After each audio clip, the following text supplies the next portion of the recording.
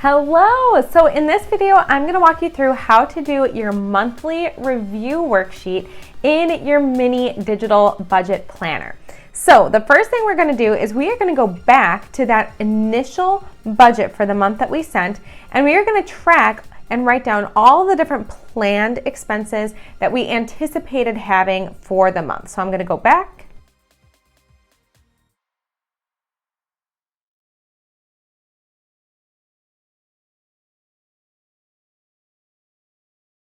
Okay, so now that I have written out all of the planned expenses that I had for this particular month, now what I'm going to do is I'm going to go back and look and see between my different weekly review sheets. So I'm using the one that we did for the 1st through the 15th, and then I created one for the 15th through the 30th pay period as well.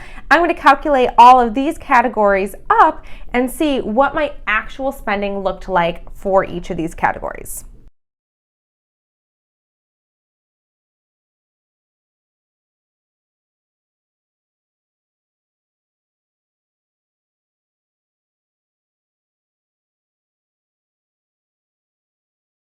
Okay, so this, for the purposes of an example, this was a break-even month where the amount of money spent was the actual amount spent, which that doesn't always happen. However, there were some things that I did move around. So if you remember from the video yesterday, I did use some miscellaneous funds here, almost exclusively towards restaurants. So I would leave a note and say, mostly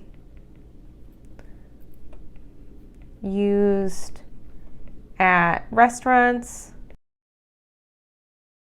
And then there was a category where we added $175 extra towards the savings. And then you can use this information, whether you overspent or you underspent, to help inform your budget that you create for the following month. And remember, again, as you are creating your budget each month, it is totally okay if you have to be flexible with some of these numbers, because budgets are a plan for how you want to spend your money. They're not supposed to be a source of a lot of restriction and shame and resentment around personal finance. So if you have an actual amount that ends up being maybe more spent or less spent, or doesn't end up being 100% perfect, right?